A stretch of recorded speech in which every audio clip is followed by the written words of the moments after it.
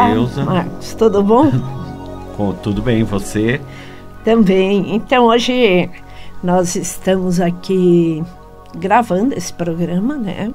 Isso, vamos deixar até gravado em vídeo também, né? Para quem Sim. quiser assistir depois. E continuar com o despertar da alma, né? O despertar da alma. O que significa isso, né?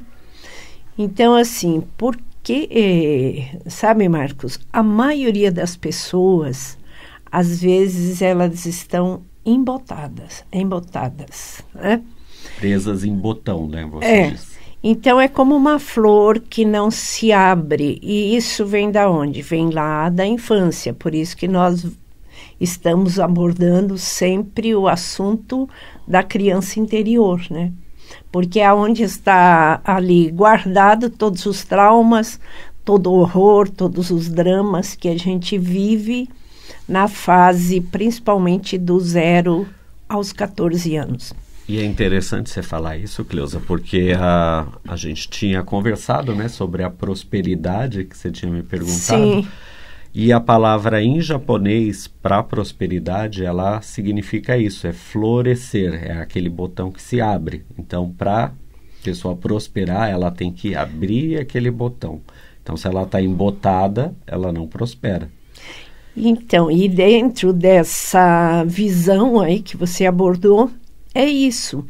Então, enquanto a pessoa não deixa florescer essa alma, desembotando aquilo que está preso dentro dela, como que ela prospera?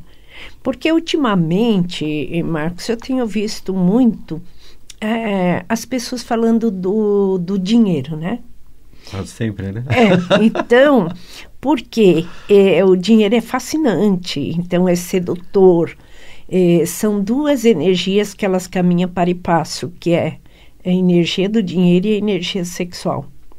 Que estão trabalhando juntas. Vamos dizer. Que elas caminham juntas. Então, por quê? A energia sexual, ela gera vida. Não estou falando só de gravidez, mas de alegria, de entusiasmo, de força de vontade. Tudo isso vem dessa energia. Porque está ligado a esse chakra base que a gente tem. Sim, os 2 primeiros chakras, né? E o dinheiro, o que ele faz? Ele sustenta a vida. Então, um gera a vida e o outro sustenta. E as pessoas ficam fascinadas, tanto pelas duas coisas, né? É o que move o mundo, né? Na verdade, né? Sim. É a paixão e o dinheiro. Então, é sedutor falar de dinheiro. Então, as pessoas criam esse chamariz, né? Para as pessoas se interessar, porque quando se fala do dinheiro, todo mundo quer saber como fazer para... Basta você ver quando a gente fala uma oração de prosperidade, né, ou desbloquear a vida financeira. Ou faz um ritual, aí todo mundo se interessa. Mas, assim, estudando, analisando, então você foi também pesquisar, o sentido da prosperidade é a gente ser próspero em tudo, né? Ser próspero em alegria, em amor, compreensão, espiritualidade, saúde, família. Então, tudo isso tem que prosperar na nossa vida. O dinheiro é consequência. Né? Então, o dinheiro é consequência. Então, esse de florescer é uma visão bem assim para as pessoas entenderem um botão. Quando ele começa a florescer, a beleza que ele tem, né? Porque quando você compra uma rosa fechadinha, né, ou uma orquídea lá que está o botãozinho, você não sabe o que vai gerar aquilo, né? Como que vai ser aquela flor. Sim. Mas você já cria uma expectativa de que ali vai ser uma coisa bonita. Então, e a gente já vê a beleza da prosperidade, por isso que ela fascina, né? Por Exatamente, isso que ela seduz. Então, aí, só que as pessoas colocam prosperidade somente no dinheiro, né? Então, quando se fala da prosperidade, a pessoa já olha para o cifrão, então acha que aquilo vai vir. Mas ela tem que parar, olhar para dentro de si e ver como ela se comporta. E um dos problemas da humanidade é a inveja. Então, a inveja, ela inverte o ser humano. E o ser humano invertido, então a inveja, aquilo que é bom, ele rejeita. E o que é ruim, ele quer. Mas você sabe que eu vi um vídeo do Leandro Carnal essa semana falando de inveja, e ele falou, você pode reparar que as pessoas têm inveja de quem está próximo. Você não tem inveja de quem está distante de você. Então a inveja vem da onde? Você não tem inveja da Madre Teresa, você não tem inveja do Barack Obama que está lá fora, você tem inveja de quem? Do seu cunhado, você tem inveja da sua irmã, você tem inveja até da mãe, a mãe da filha, né? Então você vê que a gente se mede por quem está próximo da gente. E se a gente voltar na história da humanidade, então aonde nasceu ali o sentido da inveja de Abel e Caim, né? Então, você vê o sucesso do outro e você se ressente daquele sucesso e você quer porque destruir aquilo, né? A inveja, ela nasce de um complexo de inferioridade, né? Então a pessoa se sente inferior ao outro, porque se você vai remontando, fazendo ali uma análise, então a falta do afeto gera o vazio, que gera o medo, e aí vem a inferioridade e a inveja. Então, por quê? Você olha para si e não se vê, porque o vazio está lá dentro. Então, como que você vai se comparar ao outro? Porque você não é nada, você não se vê, e aí se compara com o outro é bonito, tem sucesso, o outro é próspero, o outro consegue, e você não. Então, é aonde vem aquele ódio que leva para o vício. Então, você vê, é uma consequência. Uma coisa vai levando a outra. Né? Então, aí vem o vício de reclamar, o vício de falar mal dos outros, o vício de, às vezes, de bebida, de droga, de tudo quanto é tipo de vício, né? Tudo aquele comportamento que te prende naquele ciclo. E às vezes até o religioso. A pessoa se refugia na religião para fugir daquela dor. Então, tudo isso vira um vício. E como que a gente pode auxiliar uma pessoa nessas condições? Porque você ir buscando, porque o que a gente está fazendo? Tanto eu como o Marcos, nós estamos indo na raiz do problema, porque não adianta tratar a causa, você tem que ir na raiz. Aí que entra o autoconhecimento, né, Cleusa? Porque é isso que a gente frisa tanto de importante você fazer seu mapa, você se conhecer, você saber quais são os seus defeitos, mas também quais são os seus potenciais, né? Sim, porque a partir do momento que você... Porque o que é um mapa, né? Então, vamos... O mapa te mostra onde está o tesouro, né? Vamos dizer assim. Sim, e também ele funciona como um guia, né? Então, se você tem um guia na mão, você vai visitar os melhores lugares e não se perde. Agora, quando não perde tempo também, aonde não interessa. Né? Não, então vai direto nos melhores lugares. E o mapa, ele aponta, que nem eu trabalho com numerológico e você com astrológico. Então, dentro do numerológico tem um pentagrama. E esse pentagrama é o ponto de luz da pessoa. Então, se ela entende aqueles 5 pontos, a tarefa que ela assumiu, o desafio que ela vai enfrentar, o motivo que a alma dela vai em busca do propósito, aquilo que ela traz de conhecimento de outra existência e como ela vai se apresentar ao mundo com a missão que ela assumiu. Então, só esses 5 pontos já dá uma claridade. Agora, quando inverte, você pode ver que o pentagrama invertido... Ele aponta para baixo. E é uma espécie de magia, né? Então, a pessoa, ela faz essa magia para ela. Então, é como se ela mesmo fosse o mago negro dela, né? Vamos dizer assim. Entendi. Então, assim, a própria pessoa acaba invertendo os padrões dela e ela acaba trabalhando no modo negativo, né? Sim, aí ela vai caminhar onde? Na sombra. Então, aquela luz, aquele brilho que ela trouxe para ser despertado aqui, fica embotado. Então, fica preso dentro daquela pessoa. Por isso que o despertar da alma é esse caminho, né? Então, é por isso que o nosso programa se chama Despertar Despertar da Alma. É para você despertar a sua alma, para descobrir seus potenciais. Eu vi que você trouxe um mapa aí, você vai explicar um pouco esse mapa? Na verdade, é de uma pessoa que fez pergunta, né, sobre relacionamento, né? E o mapinha dela me dá algumas informações, né? É uma moça chamada de Daiane, né? Que ela mandou os dados no WhatsApp, como a gente falou, e ela queria saber de relacionamento, casamento. E aí, analisando o mapa dela, a gente vê que primeiro ela tem ascendente em Áries. Então, assim, ou ela chega, assim, amando ou odiando. Então, assim, as reações que as pessoas têm com relação a ela, geralmente são bem intensas. Então, assim, ela é muito verdadeira, né, vamos dizer assim, naquilo que ela se coloca. Ela tem Sol em Câncer, então esse ascendente vai dar um pouquinho mais de força, né, para ela impor as ideias, para ela se expressar também. E ela tem Vênus também junto com Marte, então quer dizer, isso para ela é um facilitador de relacionamento.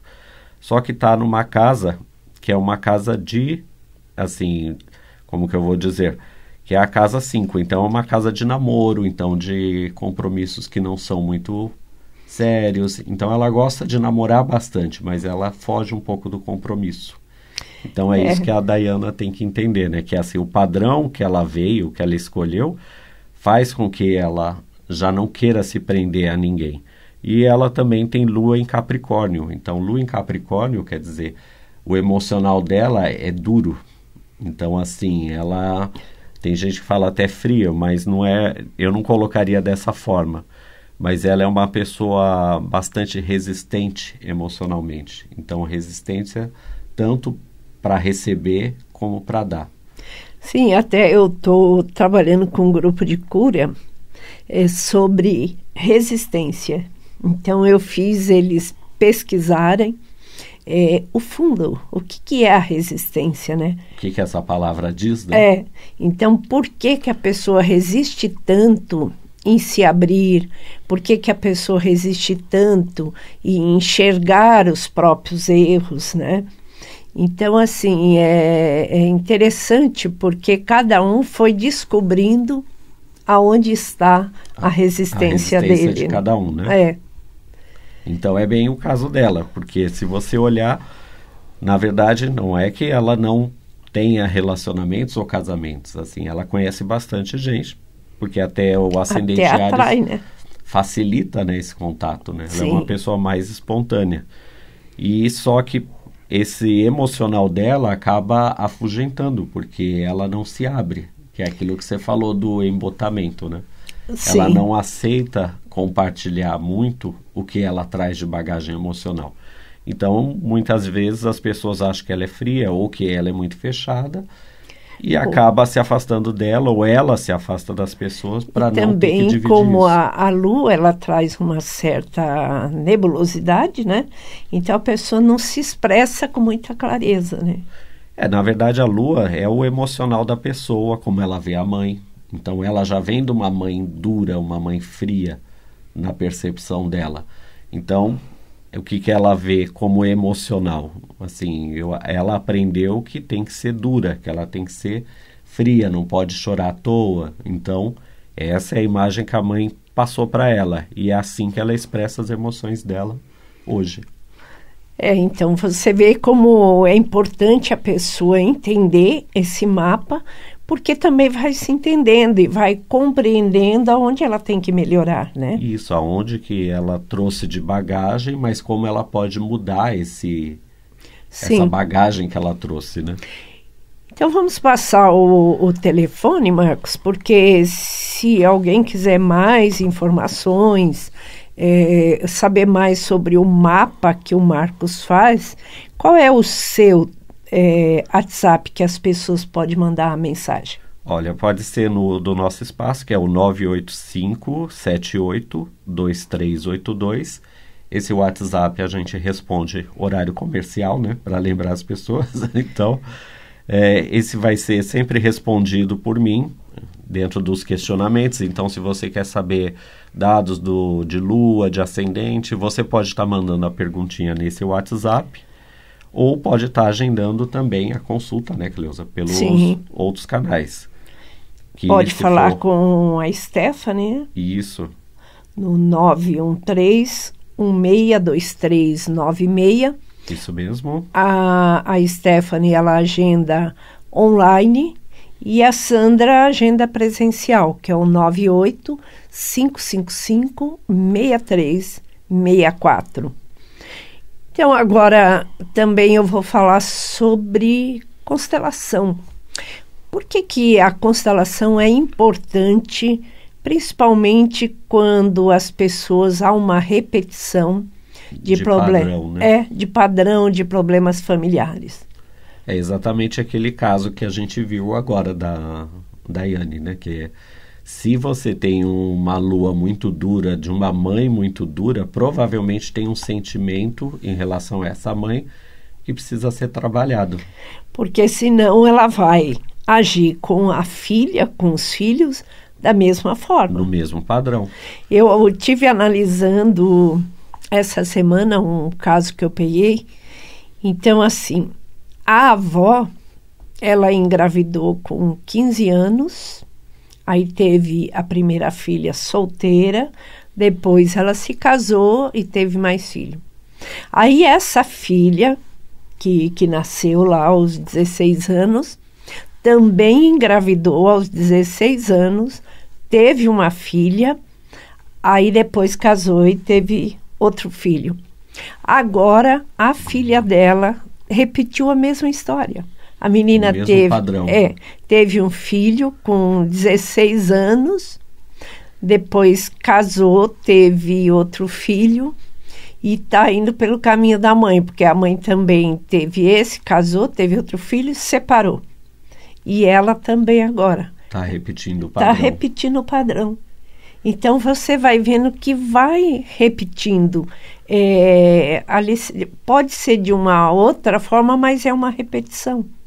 E é uma coisa engraçada, porque você vê que a pessoa luta tanto para ser diferente. E acaba fazendo as mesmas coisas. Igual. Às vezes... Tem aquele outro caso da moça, né, que a mãe abandonou ela quando era criança e ela carregava esse trauma. Depois, quando ela estava casada, tinha 2 filhos, ela vai se separar, largar os 2 filhos com o marido para ir embora com outro cara e ter um outro filho fora do casamento. Sim. E foi tudo que a mãe dela fez e que ela detestava.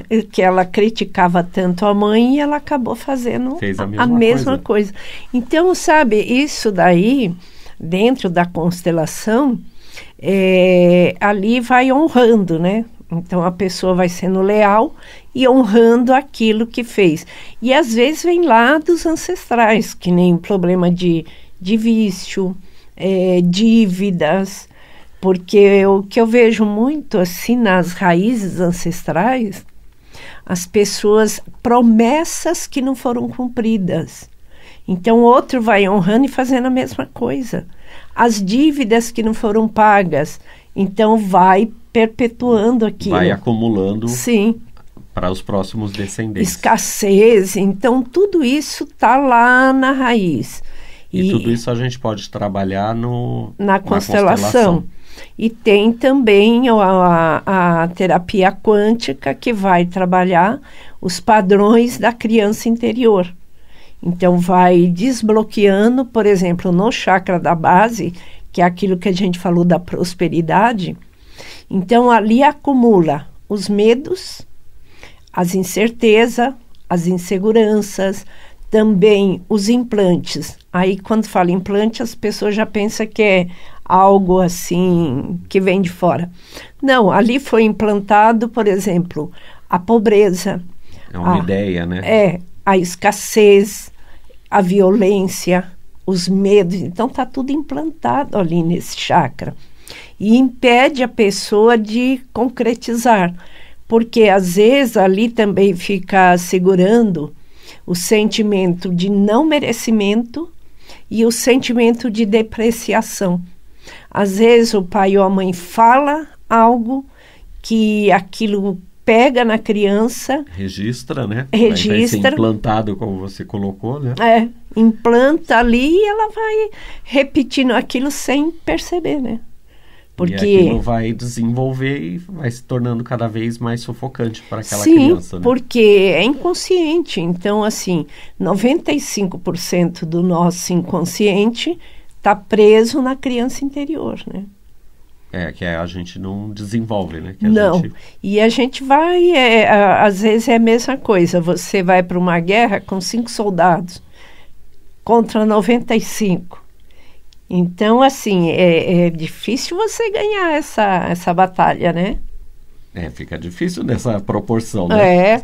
Porque você tem que lutar contra esse inconsciente invisível, porque você não enxerga o que está lá. E isso no trabalho de constelação ou de terapia quântica você consegue... Então, porque na terapia quântica eu faço exercício com a criança interior.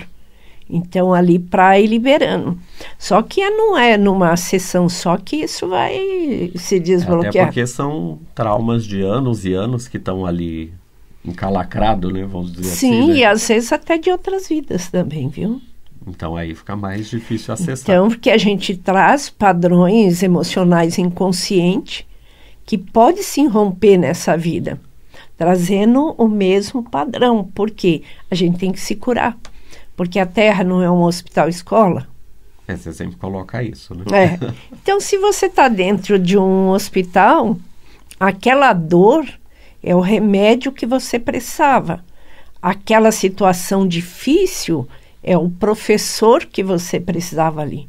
Por isso que às vezes tem pessoas que se queixam e eu falo para elas assim, Deus só coloca na nossa vida aquilo que a gente tem que aprender.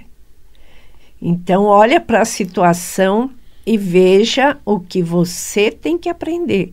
Ao invés de criticar o outro, olha o que eu posso melhorar nessa situação. É que nesse momento você tem que romper um pouco essa ideia dessa pressão que a pessoa sente, né? Tudo eu, sou coitadinha. É o vitimismo, né? Esse vitimismo e ela parar e ela quebrar esse padrão e ela começar a fazer uma coisa diferente, né? E às vezes sabe que é difícil, Marcos, sabe por quê? Tem a zona de conforto. Então, é confortável você se pôr diante dos outros como um coitado, né? Como uma vítima. A vítima, que as pessoas vão ter dó de você, vai estar sempre ali do seu lado. E, nossa, eu conheço pessoas que é exatamente isso, né? Não quer sarar, então isso está na doença. Então, essa pessoa, ela é doente, mas não fisicamente, ela é doente emocionalmente, então ela é a vítima. E ela não quer sair desse padrão. Não, imagina, porque ela tem um prazer enorme quando você chega na casa dela, de trazer, ela tem uma sacola enorme com exames, né? Tomografia, ultrassom, ressonância, então ela vem e coloca tudo aquilo ali na sua frente. Aí você já fica penalizado só daquela quantidade de exame então que você vê que isso daí é uma zona de conforto, né? Então o programa está chegando ao final. Né? O telefone é o 913-162396, 98555-6364. O seu? É o 98578-2382. E aguardamos vocês lá no nosso espaço. Um grande abraço a todos.